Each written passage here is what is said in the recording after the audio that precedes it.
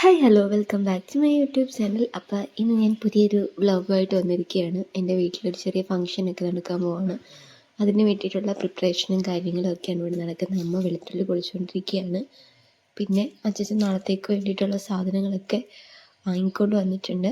എല്ലാ അടുക്കളയിൽ ഇങ്ങനെ ഇരിപ്പുണ്ട്. അടുക്കള ചെറുതായിട്ട് കുളമായിട്ട് കിടക്കുകയാണ്.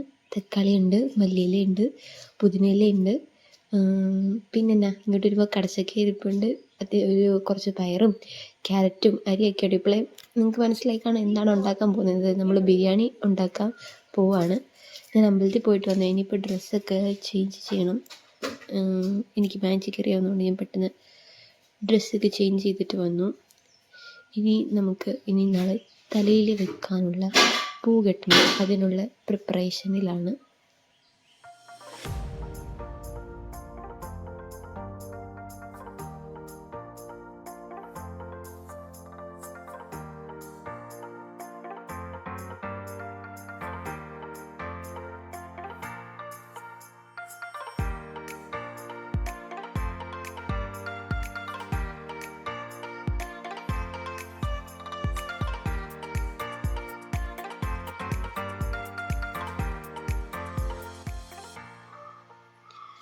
പിന്നെ അതുകൊണ്ട് ഈ കെട്ടിക്കൊണ്ടിരിക്കുന്ന എനിക്കാണെങ്കിൽ ചെറുപ്പത്തിലൊക്കെ അമ്പലത്തിൽ ഇങ്ങനെ മാലയൊക്കെ കെട്ടിക്കൊടുക്കുന്ന ഒരു സ്വഭാവം ഉണ്ടായിരുന്നു. അങ്ങനെ പഠിച്ചായിരുന്നു. രണ്ട് രീതിയിൽ നമുക്ക് മാല കെട്ടാൻ പറ്റും. ഒന്ന് നമ്മുടെ നൂല് നമുക്ക് സേവ് ചെയ്യുന്ന രീതിയിലും കെട്ടാം, അല്ലാത്ത രീതിയിൽ നമുക്ക് കെട്ടാം. പക്ഷേ സേവ് ചെയ്യുന്ന രീതിയിൽ കെട്ടാൻ എനിക്കറിയില്ല, അല്ലാത്ത രീതിയിൽ കെട്ടാൻ എനിക്കറിയത്തുള്ളൂ.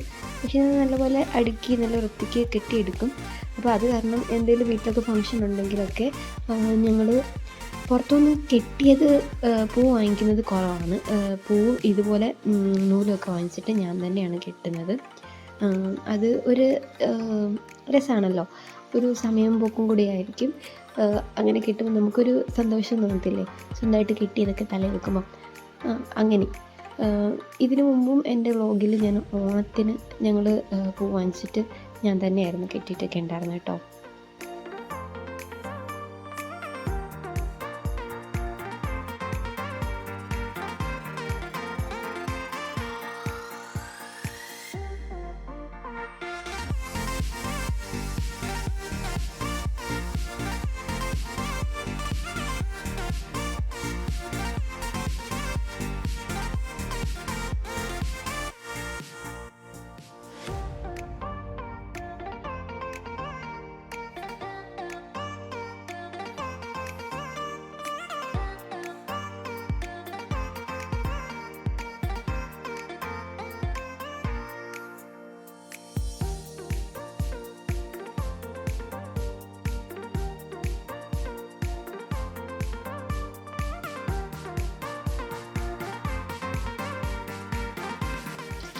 അങ്ങനെ അപ്പോൾ നമ്മൾ വൈകുന്നേരം എല്ലാം ഒതുക്കി അരിയേണ്ടതൊക്കെ അരിഞ്ഞൊക്കെ വെച്ചിട്ട് സെറ്റ് ചെയ്ത് പാത്രമൊക്കെ കഴുകിയൊക്കെ വെച്ചിട്ട് നമ്മൾ കിടക്കാനായിട്ട് പോയി. പിന്നെ രാവിലെ എഴുന്നേറ്റ് അമ്മ ഇങ്ങനെ ഉള്ളി ഒന്ന് വേവിച്ചൊക്കെ എടുത്തു. അച്ഛനാണെങ്കിൽ ബിരിയാണി അരി വേവിക്കാനുള്ള ഇതിലാണ്. നമ്മൾ 4 മണിയൊക്കെ ആയപ്പോൾ എഴുന്നേറ്റ് എല്ലാവരും.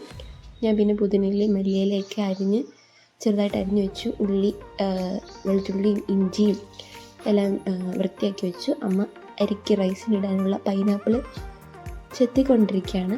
അച്ഛനാണെങ്കിൽ അരിയുടെ പരിപാടിയൊക്കെ ചെയ്തുകൊണ്ടിരിക്കുകയാണ്. അരി അങ്ങനെ വെന്തു. നമ്മൾ ഒരു കണ്ണാപ്പ പോലത്തെ പാത്രത്തിൽ, എല്ലായിടത്തും അങ്ങനെയാണ് പറയുന്നത് എനിക്കറിയത്തില്ല, ആ പാത്രത്തിൽ നമ്മൾ വെള്ളം വലിയാൻ വേണ്ടിയിട്ടിട്ട് വെച്ചു. അതിൻ്റെ ഇടയ്ക്കൂടെ ഞാനാണെങ്കിൽ മുന്തിരിയും കശുവണ്ടിയും കൂടെ ആണെങ്കിൽ ഫ്രൈ ചെയ്ത് വെച്ചു. പിന്നെ റൈസിനിടാനുള്ള ഉള്ളി വറുത്ത് വെച്ചു. അത് കഴിഞ്ഞപ്പോഴത്തേക്കും നമ്മളിതിൻ്റെ റൈസ് സെറ്റ് ചെയ്യാം കേട്ടോ. ഇതുപോലെ കുറച്ച് റൈസ് ഇട്ട് കൊടുക്കും.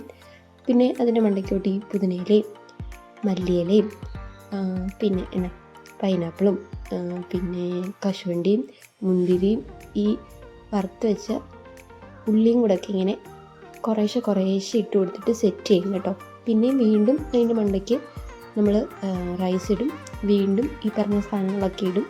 അങ്ങനെയാണ് നമ്മൾ റൈസ് സെറ്റ് ചെയ്യുന്നത്. നമ്മൾ കറി സെപ്പറേറ്റ് അല്ലാതെയാണ് വെച്ചത് കേട്ടോ. ഇതിലോട്ട് മിക്സ് ചെയ്തിട്ടില്ല ചിക്കൻ. പിന്നെ എല്ലാ ജോലിയൊക്കെ തീർത്തിട്ട് നമ്മൾ റെഡിയായി പോകാൻ വേണ്ടിയിട്ട്. എന്നിട്ട് നമുക്ക് ഇറങ്ങാൻ സമയമായിക്കൊണ്ടിരിക്കുകയാണ്. നമ്മളിപ്പോൾ ഇറങ്ങും ഉടനെ തന്നെ.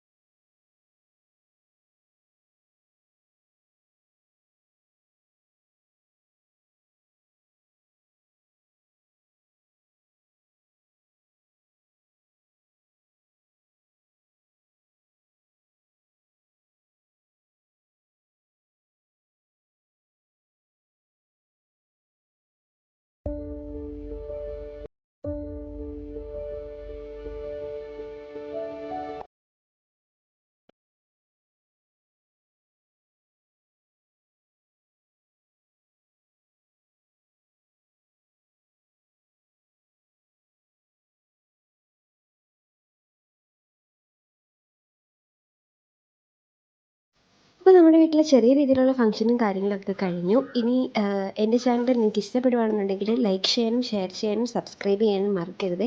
പുതിയൊരു വീഡിയോ ആയിട്ട് ഞാൻ വീണ്ടും വരുന്നു.